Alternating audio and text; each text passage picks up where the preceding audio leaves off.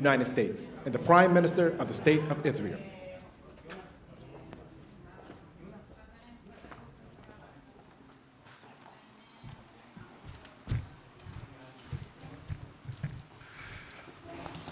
Thank you very much.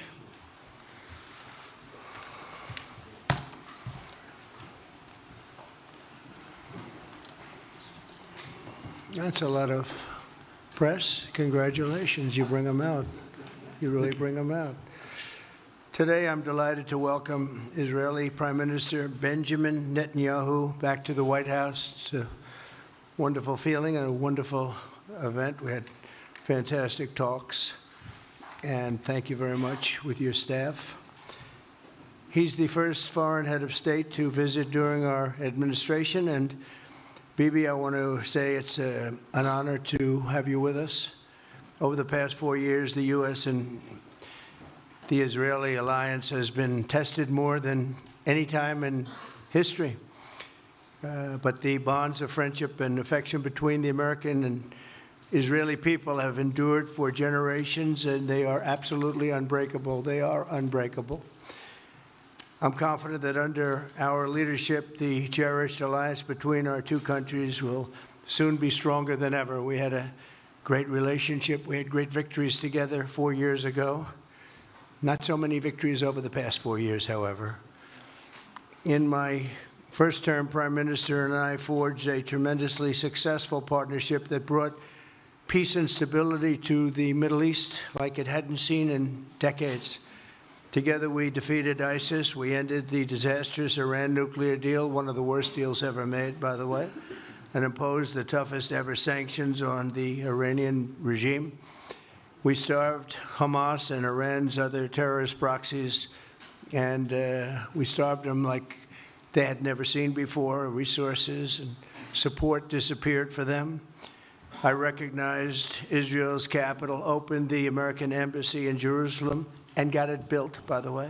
Built it too, just not only designated it, but got it built at a price that nobody's seen for 40 years. We got it built, it's beautiful, all Jerusalem stone, right from nearby, and it's something that's very special. And recognized Israeli sovereignty over the Golan Heights, something that they talked about for 70 years, and they weren't able to get it, and I got it. And with the historic Abraham Accord, something that was really an achievement that was, I think, going to become more and more important because we achieved the most significant Middle East peace agreements in half a century, but the Abraham Accords in particular, and I really believe that many countries will soon be joining this amazing peace and economic development transaction. It really is a big economic development transaction. I think we're going to have a lot of people signing up very quickly. Unfortunately, for 4 years, nobody signed up. Nobody did anything for 4 years except in the negative. Unfortunately, the weakness and incompetence of those years, those past 4 years, the grave damage around the globe that was done, including in the Middle East, grave damage all over the globe. The horrors of October 7th would never have happened if I were president. The Ukraine and Russia disaster would never have happened if I were president. Over the past 16 months, Israel has endured a sustained, aggressive, and murderous assault on every front, but they fought back bravely. You see that, and you know that. What we have witnessed is an all-out attack on the very existence of a Jewish state in the Jewish homeland. The Israelis have stood strong and united in the face of an enemy that has kidnapped, tortured, raped, and slaughtered innocent men, women, children, and even little babies. I want to salute the Israeli people for meeting this trial with courage and determination and unflinching resolve. They have been strong. In our meetings today, the Prime Minister and I focused on the future, discussing how we can work together to ensure Hamas is eliminated and ultimately restore peace to a very troubled region. It's been troubled, but what's happened in the last 4 years has not been good. I want to thank Prime Minister Netanyahu for working closely with my transition team, the Special Envoy Steve Witkoff, who's here somewhere. Steve? Stand up, Steve, please. What a job you've done. What a good job you've done. Proud of you. Done a fantastic job. National Security Advisor Mike Waltz. Thank you, Mike, for working so well with us. Thank you. We have, in addition, Marco Rubio, who is on the phone right now, listening to every single word that we say, and he's going to be great. And Pete, congratulations. And Scott, congratulations. I see you're here. And Caroline's been doing a great job. She's really probably talked about more than anybody here. She's done a fantastic job, and thank you very much, Caroline. We're proud of you. But we'll only be satisfied when all of these problems are solved, and we have the team to solve them, and that's going to happen. And it's going to happen, I think, very quickly. I also strongly believe that the Gaza Strip, which has been a symbol of death and destruction for so many decades, and so bad for the people anywhere near it, and especially those who live there, and frankly, who's been really very unlucky. It's been very unlucky. It's been an unlucky place for a long time. Being in its presence just has not been good, and it should not go through a process of rebuilding and occupation by the same people that have really stood there and fought for it and lived there and died there and lived a miserable existence there. Instead, we should go to other countries of interest with humanitarian hearts, and there are many of them that want to do this, and build various domains that will ultimately be occupied by the 1.8 million Palestinians living in Gaza, ending the death and destruction and, frankly, bad luck. This can be paid for by neighboring countries of great wealth. It could be 1, 2, 3, 4, 5, 7, 8, 12. It could be numerous sites, or it could be one large site. But the people will be able to live in comfort and peace, and we'll make sure something really spectacular is done. They're going to have peace. They're not going to be shot at and killed and destroyed like this civilization of wonderful people has had to endure.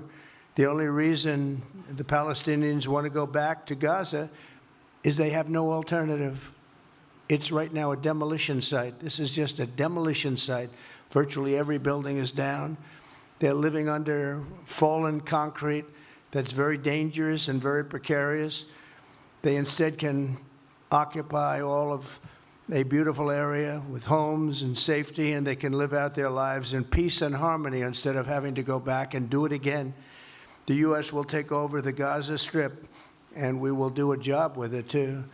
We'll own it and be responsible for dismantling all of the dangerous unexploded bombs and other weapons on the site, level the site and get rid of the destroyed buildings, level it out, create an economic development that will supply unlimited numbers of jobs and housing for the people of the area.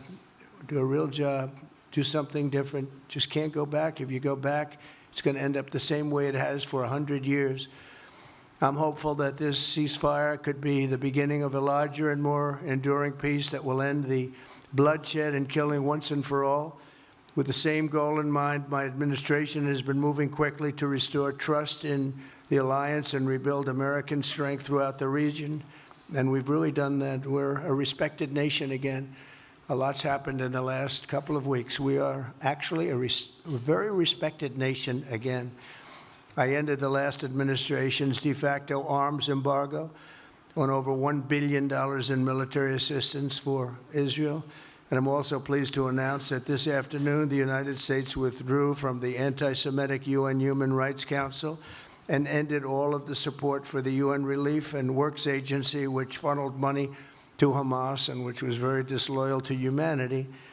Today, I also took action to restore a maximum pressure policy on the Iranian regime, and we will once again enforce the most aggressive possible sanctions, drive Iranian oil exports to zero, and diminish the regime's capacity to fund terror throughout the region and throughout the world.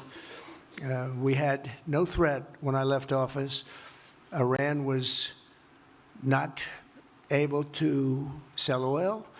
Nobody was buying oil because I said, don't buy it. If you buy it, you're not doing any business with the United States. And Hamas was not being funded. Hezbollah was not being funded. Nobody was being funded. There would never have been an October 7th.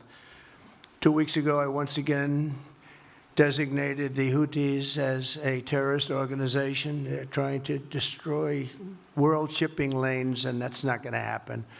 And over the weekend, I ordered airstrikes against senior ISIS leaders hiding in the caves of Somalia and took them out. Here in America, we've begun the process of deporting foreign terrorists, jihadists, and Hamas sympathizers from our soil, just as we have people that are extremely evil, and we're sending them out of our country. They came from jails. They came from mental institutions and insane asylums, and they were dumped into our country. They're gang members. We're getting them out at numbers that nobody can actually believe. And every single country is taking those people back. They said they would never take them back, and they're all taking them back, and they're taking them back very gladly. And I recently signed an executive order combating the vile wave of anti-Semitism that we've seen in the aftermath of the October 7th attacks. Together, America and Israel will renew the optimism that shined so brightly just 4 years ago. It was really a bright, beautiful light. We will restore calm and stability to the region and expand prosperity, opportunity, and hope to our nations and for all people of the Middle East, including the Arab and Muslim nations. Very important. We want the Arab and Muslim nations to have peace and have tranquility and have great lives. I'd like to now invite Prime Minister Netanyahu to say a few words, and we'll take some questions afterwards. Thank you very much. Thank you, Mr. President. I'm honored that you invited me to be the first foreign leader to visit the White House in your second term. This is a testament to your friendship and support for the Jewish state and the Jewish people. I've said this before, I'll say it again. You are the greatest friend Israel has ever had in the White House.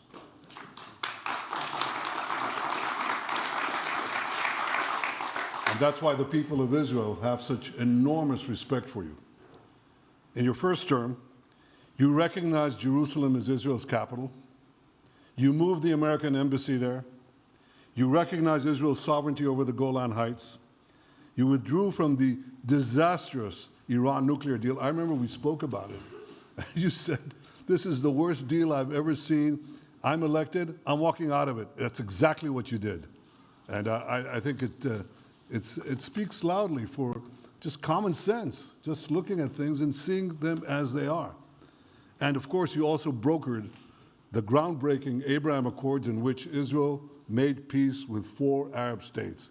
We did this in 4 months. Nothing happened for a quarter of a century, but in 4 months, we were able, working together under your leadership, to have 4 historic peace accords. And now in the first days of your second term, you picked up right where you left off. Your leadership helped bring our hostages home, among them American citizens. You freed up munitions that have been withheld from Israel. They had been withheld from Israel in the midst of a 7-front war for our existence. And you just freed it. You ended unjust sanctions against law-abiding Israeli citizens. You boldly confronted the scourge of anti-Semitism. You stopped funding, as you just said, international organizations like UNRWA that support and fund terrorists. And today, you renewed the maximum pressure campaign against Iran. Ladies and gentlemen, all this in just 2 weeks. Can we imagine where we'll be in 4 years? I can. I know you can, Mr. President. For our part, we in Israel have been pretty busy too. Since the horrendous October 7th attack, we've been fighting our common enemies and changing the face of the Middle East. On that infamous day, Hamas monsters savagely murdered 1,200 innocent people, including more than 40 Americans. They beheaded men, they raped women, they burnt babies alive, and they took 251 people hostage to the dungeons of Gaza. And after this worst attack on Jews since the Holocaust, Iran and its henchmen in the Middle East were absolutely ecstatic. Haniya praised the massacre. Sinwar said that Israel was finished. Nasrallah boasted that Israel was, here's what he said, as feeble as a spider's web. Well, Mr. President, Haniya is gone. Sinwar is gone. Nasrallah is gone. We've devastated Hamas. We decimated Hezbollah. We destroyed Assad's remaining armaments. And we crippled Iran's air defenses. And in doing this, we've defeated some of America's worst enemies. We took out terrorists who were wanted for decades for shedding rivers of American blood, including the blood of 241 Marines murdered in Beirut. We accomplished all this with the indomitable spirit of our people and the boundless courage of our soldiers.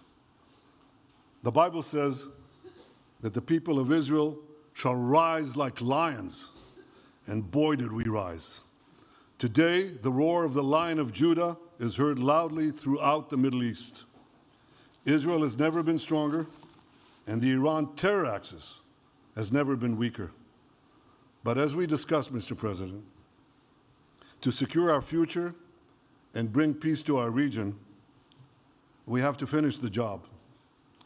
In Gaza, Israel has three goals: destroy Hamas's military and governing capabilities, secure the release of all of our hostages, and ensure that Gaza never again poses a threat to Israel. I believe, Mr. President, that your willingness to puncture conventional thinking that has failed time and time and time again, your willingness to think outside the box with fresh ideas will help us achieve all these goals. And I've seen you do this many times. You cut to the chase. You see things others refuse to see. You say things others refuse to say. And after the jaws drop, people scratch their heads and they say, you know, he's right. And this is the kind of thinking that enabled us to bring the Abraham Accords. This is the kind of thinking that will reshape the Middle East and bring peace. We also see eye to eye on Iran. That's the same Iran that tried to kill us both. They tried to kill you, Mr. President. They tried through their proxies to kill me. We're both committed to rolling back Iran's aggression in the region and ensuring that Iran never develops a nuclear weapon. Mr. President, ladies and gentlemen, Israel will end the war by winning the war. Israel's victory will be America's victory. We will not only win the war, working together, we will win the peace. With your leadership, Mr. President, and our partnership, I believe that we will forge a brilliant future for our region and bring our great alliance to even greater heights. Thank you. Thank you very much, baby. Very nice. Thank you. And J.D. Vance, everybody. J.D., please, Vice President, stand up. He's been doing a good job. He's been working very hard on all things, but this in particular. We'll take some questions, please. Yes, ma'am. Go ahead, please. Go ahead. Yeah, go ahead. Mr. President, can a normalization deal with Saudi Arabia be achieved without the acknowledgement of a Palestinian state? That question for you too, Mr. Prime Minister. And Mr. President, given what you've said about Gaza, did the U.S. send troops to help secure the security vacuum? So Saudi Arabia is going to be very helpful, and they have been very helpful. They want peace in the Middle East. It's very simple. We know their leader and their leaders very well. They're wonderful people, and they want peace in the Middle East. As far as Gaza is concerned, we'll do what is necessary. If it's necessary, we'll do that. We're going to take over that piece, and we're going to develop it, create thousands and thousands of jobs, and it'll be something that the entire Middle East can be very proud of. But everybody feels that continuing the same process that's gone on forever, over and over again, and then it starts, and then the killing starts, and all of the other problems start, and you end up in the same place, and we don't want to see that happen. So by the United States, with its stability and strength, owning it, especially the strength that we're developing and developed over the last fairly short period of time, I would say really since the election, I think we'll be a great keeper of something that is very, very strong, very powerful, and very, very good for the area, not just for Israel, for the entire Middle East, very important. And we'll, again, have thousands of jobs, and there'll be jobs for everyone, not for a specific group of people, but for everybody. Okay, please. I think peace between Israel and Saudi Arabia is not only feasible, I think it's going to happen. I think if we had another half a year in your first term, it would have already happened. True. Many, many more, I agree, many more nations. I think you can't prejudge and pre-guess how we'll achieve it, but I'm committed to achieving it. And I know the president is committed to achieving it, and I think the Saudi leadership is interested to achieve it. So we'll give it a good shot, and I think we'll succeed. Yeah, please, go ahead. First of all, President Trump, did you hear from Prime Minister Netanyahu at your meeting guarantees that the ceasefire will hold, including phase 2? And Prime Minister Netanyahu wrote to you, why are you refusing to set up a national commission to investigate failures of the process? Well, I can't tell you whether or not the ceasefire will hold. We've done, I think, a very masterful job. We weren't helped very much by the Biden administration, I can tell you that. But we've gotten quite a few hostages out. We're going to get more out. But we're dealing with very complex people. And we are going to see whether or not it holds. We certainly want to have more come out. They've come out damaged in many ways, very damaged people. But they're going to get better, and they're going to be strong, and they're going to have a good life. And we hope to get as many as possible out. Whether or not it holds, I don't know. We hope it holds. We hope it holds. I think that at the appropriate time, which I think will enable us to really investigate what happens, what were the causes of the failures, by an independent commission that will be accepted by the majority of the people. We don't want it accepted by one half of the people and not the other. I think we should have it, and we should find out exactly what happened. I'm insisting on it. And believe me, it'll surprise a lot of people when it happens. Kelly, go ahead, please. Mr. President, you are outlining something that is really quite striking tonight. You are talking about... Okay. Thank you, Mr. President, Mr. Prime Minister. You are talking tonight about the United States taking over a sovereign territory. What authority would allow you to do that? Are you talking about a permanent occupation there, redevelopment? And Mr. Prime Minister, do you see this idea as a way to expand the boundaries of Israel and to have a longer peace, even though the Israeli people know how important that land is to you and your citizens, just as the space is inherited by the Palestinians as well? I do see a long-term ownership position, and I see it bringing great stability to that part of the Middle East and maybe the entire Middle East.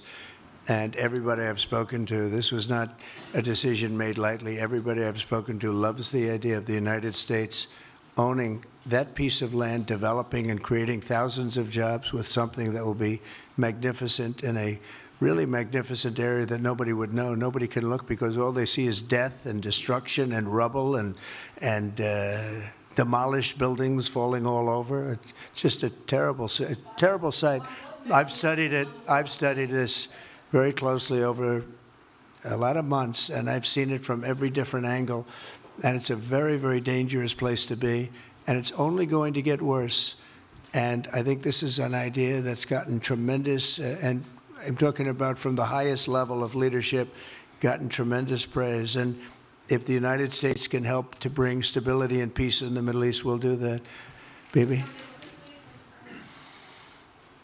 I mentioned again tonight our 3 goals. And the third goal is to make sure that Gaza never poses a threat to Israel again. President Trump is taking it to a much higher level. He sees a different future for that piece of land that has been the focus of so much terrorism, so many attacks against us, so many trials and so many tribulations. He has a different idea. And I think it's worth paying attention to this. We're talking about it. He's exploring it with his people, with his staff. I think it's something that could change history. And it's worthwhile really pursuing this avenue. Yeah, please, go ahead. Go ahead. Right. President, a question for you. Can you hear me? Yeah. So before rebuilding Gaza again, obviously we take all the hostages, and one of them is Netanyahu, an American soldier who is alive. How will you be sure that you will take out all the hostages and then rebuild? We're working very hard to get all the hostages. The word is all, and we are working very hard. So far, it's been moving along fairly rapidly, pretty much on schedule.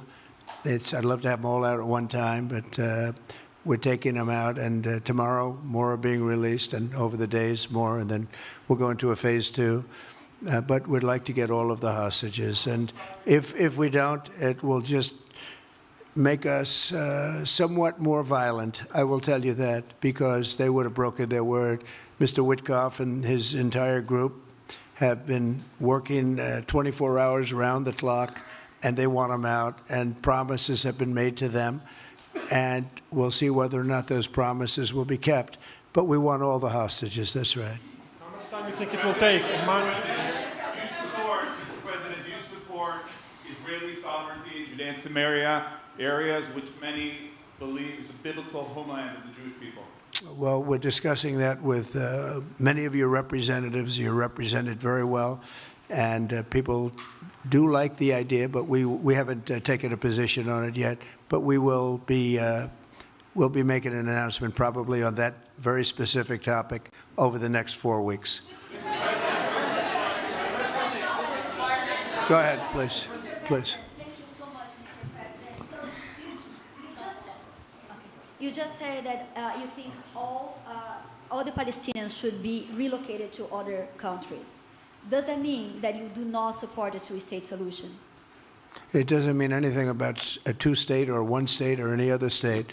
It means that we want to have, we want to give people a chance at life. They have never had a chance at life because the Gaza Strip has been a hellhole for people living there. It's been horrible.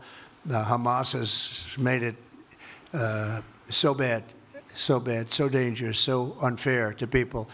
And by doing what I'm recommending that we do, it's a very strong recommendation, but it is a strong recommendation. By doing that, we think we're going to bring perhaps great peace to long beyond this area. And I have to stress, this is not for Israel. This is for everybody in the Middle East, Arabs, Muslims. This is for everybody. This would be where they can partake in terms of jobs and living and all of the other benefits.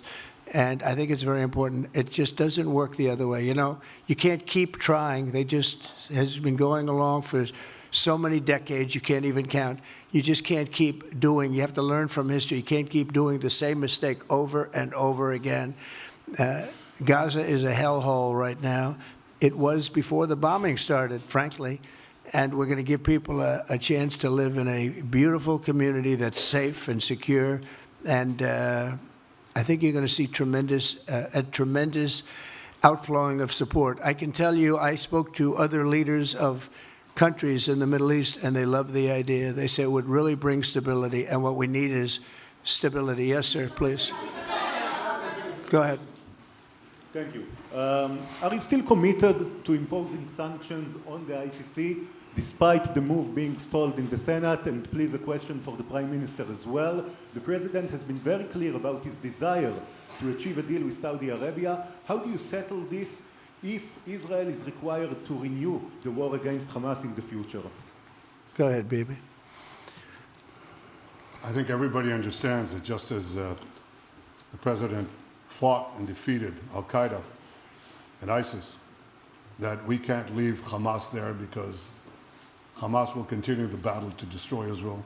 They'll do, you know, when in this temporary ceasefire, one of their leaders comes out, you know what he says? We're going to do October 7th again, except we'll do it bigger. So obviously, you can't talk about peace neither with Hamas or in the Middle East if this toxic, murderous organization is left standing. Any more that you could make peace in Europe after World War II if the Nazi regime was left standing and the Nazi army was left standing. You want a different future? You got to knock out the people who want to destroy you and destroy peace. That's what we're going to do. I think that will also usher in, actually, the peace with Saudi Arabia and with others. And I think there will be others, too. Yes, ma'am.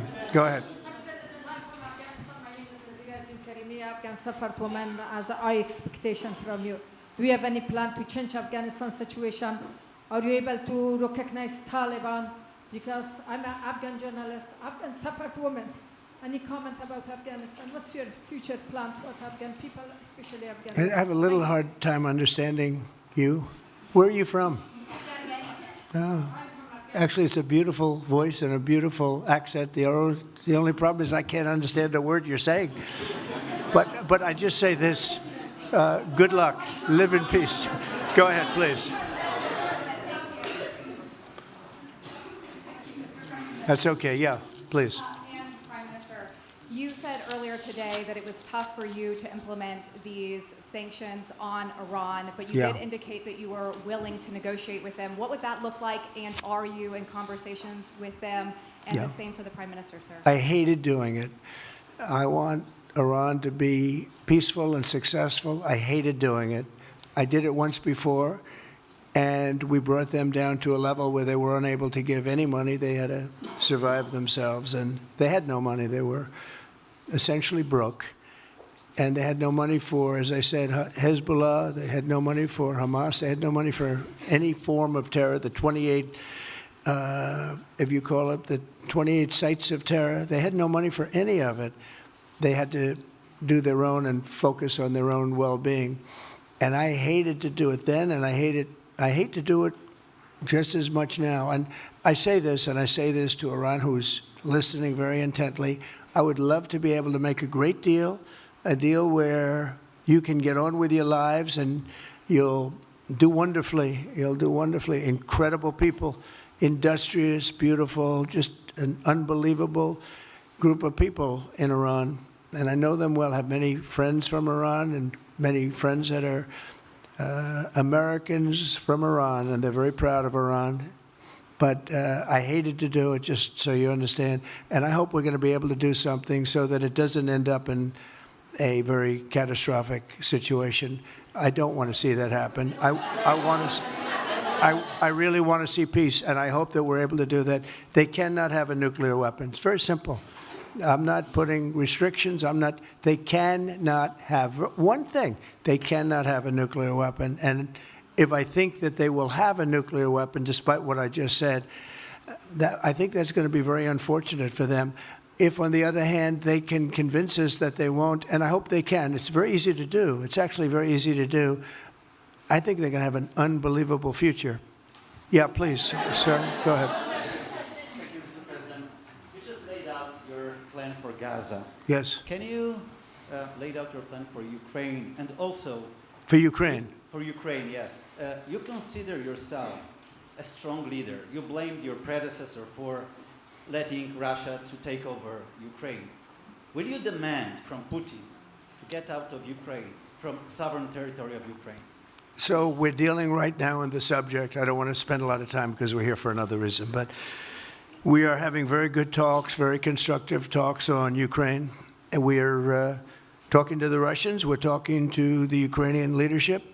It would have never happened. That would have never happened. It should have never happened. I get reports every week, the number of soldiers, mostly soldiers now. The cities have been largely demolished. You talk about a very sad sight to see. We talk Gaza. Well, many of these cities look as bad as Gaza and worse, what's happened to them. And I want to see that end. And I want to see it end for one simple reason, the life of young people being absolutely obliterated on both sides. You probably have 700,000 Ukrainian soldiers dead, 800,000, maybe more Russian soldiers dead. It's very flat land, and the only thing that's going to stop a bullet is a human body, in this case, usually soldiers. And the numbers are staggering when you hear the real numbers in Ukraine, what the numbers are. And this doesn't include the cities that have been demolished and all of the people that were killed. So I want to see it stopped. We're having very good talks, and I think we're going to get it. I think something will be hopefully dramatically, it will rise above everything. You can't let this continue. This is an absolute slaughter that's taking place on the beautiful farmlands of Ukraine, and we have to stop it. We can't let this continue. It is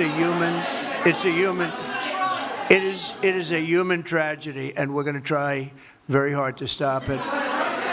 Yeah, please, go ahead, sir. Go ahead. Mr. President, what's your view about Palestinian leader Abbas' role in all the regional changes you want to do? And a question for the Prime Minister, what's your view on President Trump wanting to reach a deal with Iran and not a much more active military stance towards him? Go ahead, baby. Go ahead. I think the President just said something that I think is the pivot of everything that we're talking about.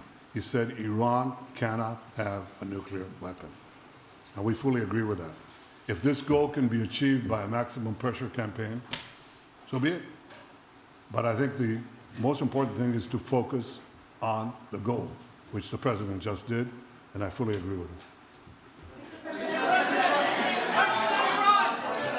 Well, I said it, and he said it very well. It's a campaign of pressure to see if we can get something done.